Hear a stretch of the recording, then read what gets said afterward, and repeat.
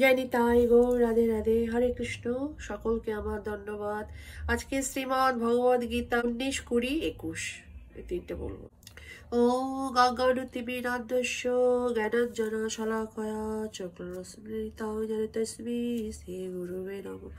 শ্রী চৈতন্য মনোভীষ্টাং স্থাপিতং যেন ভূতলে স্বয়ং রূপ কদা মহং দদাতি স্বপদান্তিকং।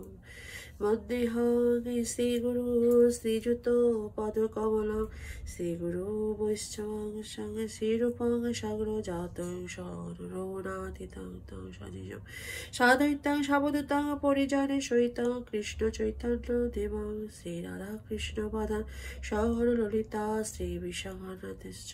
হে কৃষ্ণ করুণা সিন্ধু দীনবন্ধু জগৎপথে গোপীশ গোপিকা কান্ত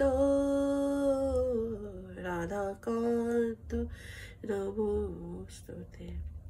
তপ্ত কাঞ্চনা গৌরাঙ্গী রাধে বৃন্দাবনেশ্বরী বৃষভানুসুতে দেবী প্রণমামি হরি প্রিয়ে।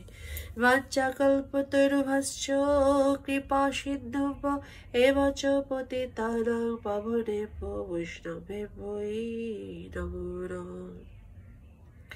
জয় শ্রী কৃষ্ণ চৈতন্য প্রভু নিত্যানন্দ শ্রী অদ্বৈত গদাধর শ্রীবাসাদি গৌর ভক্ত বৃন্দ। হরে কৃষ্ণ কৃষ্ণ কৃষ্ণ হরে হরে হরে রাম রাম রাম হরে হরে। তস্মাদ শক্ত সততাং কার্য কর্ম সমাচার অশক্ত হ্যাচরণ কর্ম পরমাপ্নতি পুরুষ। কর্মযোগ। গীতার গান। অতএব অনাসক্ত হয়ে কার্য করো, যুক্ত বৈরাগ্য যে সেই তাতে হও দৃঢ়। অনাসক্ত কার্য করে পরম পদেতে, যোগ্য হয় ক্রমে ক্রমে সে পদ লোভিতে।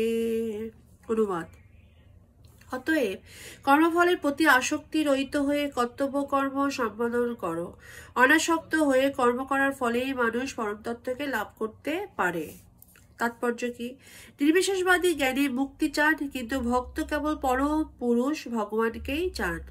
তাই সদ্গুরু তত্ত্বাবধানে যখন কেউ ভগবানের সেবা করেন, তখন মানব জীবনের পরম উদ্দেশ্য সাধিত হয়। কুরুক্ষেত্রের যুদ্ধে ভগবান শ্রীকৃষ্ণ অর্জুনকে যুদ্ধ করতে বললেন, কারণ সেটি ছিল তার ইচ্ছা। সৎকর্ম করে অহিংসা ব্রত পালন করে মানুষ ভালো হওয়াটাই স্বার্থপর কম, কিন্তু সৎ অসৎ ভালো মন্দ ইচ্ছা অনিচ্ছার বিচার না করে ভগবানের ইচ্ছা অনুসারে কর্ম করাটাই হচ্ছে বৈরাগ্য।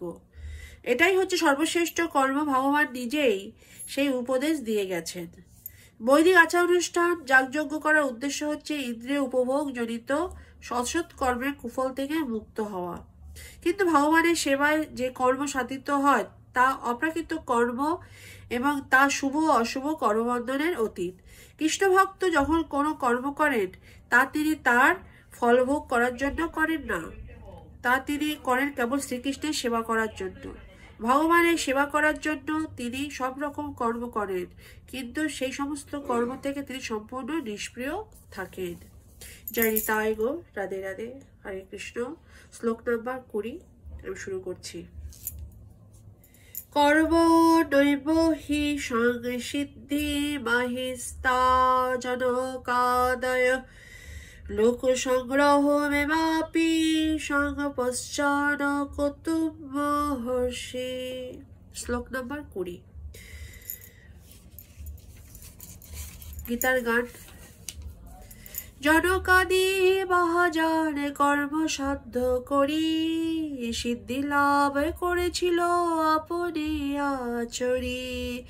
তুমিও সেরূপ করো লক্ষ্য শিক্ষা লাগি, লাভ নাই কিছু মাত্র মর্কট বৈরাগী। অনুবাদ: জনক আদি রাজারাও কর্ম দ্বারাই সংসিদ্ধি প্রাপ্ত হয়েছিলেন, অতএব জনসাধারণকে শিক্ষা দেওয়ার জন্য তোমার কর্ম করা উচিত। তাৎপর্য কি? জনক রাজা আদি মহাজনেরা ছিলেন ভগবত তত্ত্বজ্ঞানী, তাই বেদের নির্দেশ অনুসারে নানা রকম যাগযজ্ঞ করার কোনো বাধ্যবাধকতা তাদের ছিল না, কিন্তু তা সত্ত্বেও লোকশিক্ষার জন্য তারা পুঙ্খানুপুঙ্খভাবে সমস্ত বৈদিক আচার অনুষ্ঠান করতেন। জনক রাজা ছিলেন সীতাদেবীর পিতা এবং রামচন্দ্রের শ্বশুর। ভগবানের অতি অন্তরঙ্গ ভক্ত হবার ফলে তিনি চিন্ময় স্তরে অধিষ্ঠিত ছিলেন, কিন্তু যেহেতু তিনি মিথিলার রাজা ছিলেন তাই তার প্রজাদের শিক্ষা দেওয়ার জন্য তিনি শাস্ত্রোক্ত কর্মের অনুষ্ঠান করেছিলেন। তেমনি ভগবান শ্রীকৃষ্ণ এবং তার চিরন্তন সখা অর্জুনের পক্ষে কুরুক্ষেত্রে যুদ্ধ করার কোনো দরকার ছিল না, কিন্তু শুধুপদেশ ব্যর্থ হলে হিংসা অবলম্বনেও প্রয়োজন আছে, এই কথা সাধারণ মানুষকে বোঝাবার জন্যই তারা যুদ্ধে নেমেছিলেন। কুরুক্ষেত্রে যুদ্ধের আগে শান্তি স্থাপন করার জন্য নানাভাবে চেষ্টা করা হয়েছিল, এমনকি ভগবানের শ্রীকৃষ্ণ নিজেও বহু চেষ্টা করেছিলেন, কিন্তু দুরাত্মা যুদ্ধ করতে বদ্ধপরিকর। এই রকম অবস্থার যথার্থ কারণ হিংসার আশ্রয় নিয়ে তাদের উপযুক্ত শিক্ষা দেওয়াটাই অবশ্যই কর্তব্য। যদিও কৃষ্ণ ভাবনাময় ভগবদ্গীতে জড়জগতের প্রতি কোনো রকম স্পৃহা নেই, কিন্তু তবুও তিনি সাধারণ মানুষকে শিক্ষা দেওয়ার জন্য কর্তব্য কর্মগুলি সম্পাদন করেন। অভিজ্ঞ কৃষ্ণভক্ত এমনভাবে কর্ম করেন যাতে সকলে তার অনুগামী হয়ে ভগবদ্গীতি লাভ করতে পারে, সেই কথা পরবর্তী শ্লোকে বলা হয়েছে। শ্লোক নাম্বার 21। যাদ যদাচরিত শ্রেষ্ঠস্তত্ত্ব দেবতর জন সযৎ প্রমাণাং কুরুতে লোকস্তৎবর্ততে। গীতার গান কি? শ্রেষ্ঠ ব্যক্তি যাহা করে লোকেরও আদর্শ, ইতর জনতা যাহা করে হয় হর্ষ। শ্রেষ্ঠ ব্যক্তি যাহা কিছু প্রাধান্য স্বীকারে, তাই স্বীকার্য হয় প্রতি ঘরে ঘরে। অনুবাদ: শ্রেষ্ঠ ব্যক্তি যেভাবে আচরণ করেন সাধারণ মানুষরা তার অনুকরণ করে, তিনি যা প্রমাণ করে স্বীকার করেন সমগ্র পৃথিবী তারই অনুসরণ করে।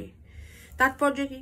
সাধারণ মানুষদের এমনই একজন নেতার প্রয়োজন হয় যিনি নিজের আচরণের মাধ্যমে তাদেরকে শিক্ষা দিতে পারেন। যে নেতা নিজেই ধূমপানের প্রতি আসক্ত, তিনি জনসাধারণকে ধূমপান থেকে বিরত হতে শিক্ষা দিতে পারেন না। শ্রী চৈতন্য মহাপ্রভু বলেছেন, শিক্ষা দেওয়া শুরু করার আগে থেকে শিক্ষকের সঠিকভাবে আচরণ করা উচিত। এইভাবেই যিনি শিক্ষা দেন তাকে বলা হয় আচার্য অথবা আদর্শ শিক্ষক। তাই জনসাধারণকে শিক্ষা দিতে হলে শিক্ষককে অবশ্যই শাস্ত্রের আদর্শ অনুসরণ করে চলতে হয়। কেউ যদি শাস্ত্র বহির্ভূত মন গড়া কথা শিক্ষা নিয়ে শিক্ষক হতে চায়, তাতে কোনো লাভ তো হয়ই না, বরং ক্ষতি হয়। মনুসংহিতাতে এই ধরনের শাস্ত্রে ভগবান নিখুঁত সমাজ ব্যবস্থা গড়ে তোলার শিক্ষা দিয়ে গেছেন, এবং সমস্ত শাস্ত্রের নির্দেশ অনুসারে সমাজকে গড়ে তোলাই হচ্ছে মানুষের কর্তব্য। এইভাবে নেতাদের শিক্ষা এই ধরনের আদর্শ শাস্ত্র অনুযায়ী হওয়া উচিত। যিনি নিজের উন্নতি কামনা করেন তার আদর্শ নীতি অনুসরণ করা উচিত, যা মহান আচার্যরা অনুসরণ করে থাকেন। শ্রীমদ্ ভাগবতে বলা হয়েছে, পূর্বতন মহাজনদের পদাঙ্ক অনুসরণ করে জীবনযাপন করা উচিত, তাহলেই পরমাত্মিক জীবনে উন্নতি লাভ করা যায়। রাজা, রাষ্ট্রপ্রধান, পিতা ও শিক্ষক হচ্ছেন স্বাভাবিকভাবেই নিরীহ জনগণের পথপ্রদর্শক।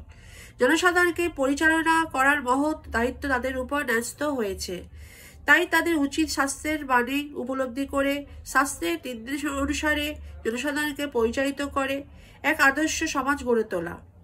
এটি কোনো কঠিন কাজ নয়, কিন্তু এর ফলে যে সমাজ গড়ে উঠবে তাতে প্রতিটি মানুষের জীবন সার্থক হবে। হরি বল। জয় নিতাই গৌর। রাধে রাধে। হরে কৃষ্ণ। সকলকে আমার ধন্যবাদ। মাঞ্চা কল্পতরুভ্যশ্চ কৃপা সিন্ধুভ্য এবচ পতিতানাং পাবনেভ্য বৈষ্ণবেভ্যো নমো নমো। জয় শ্রীকৃষ্ণ চৈতন্য প্রভু নিত্যানন্দ শ্রী অদ্বৈত গদাধর শ্রীবাসাদি নিতাই গৌর ভক্তবৃন্দ। হরে কৃষ্ণ কৃষ্ণ কৃষ্ণ হরে হরে, হরে রাম রাম রাম হরে হরে। ভজ নিতাই গৌর রাধেশ্যাম। জপ হরে কৃষ্ণ হরে রাম। শ্রীমদ্ ভগবদ গীতা কি জয়।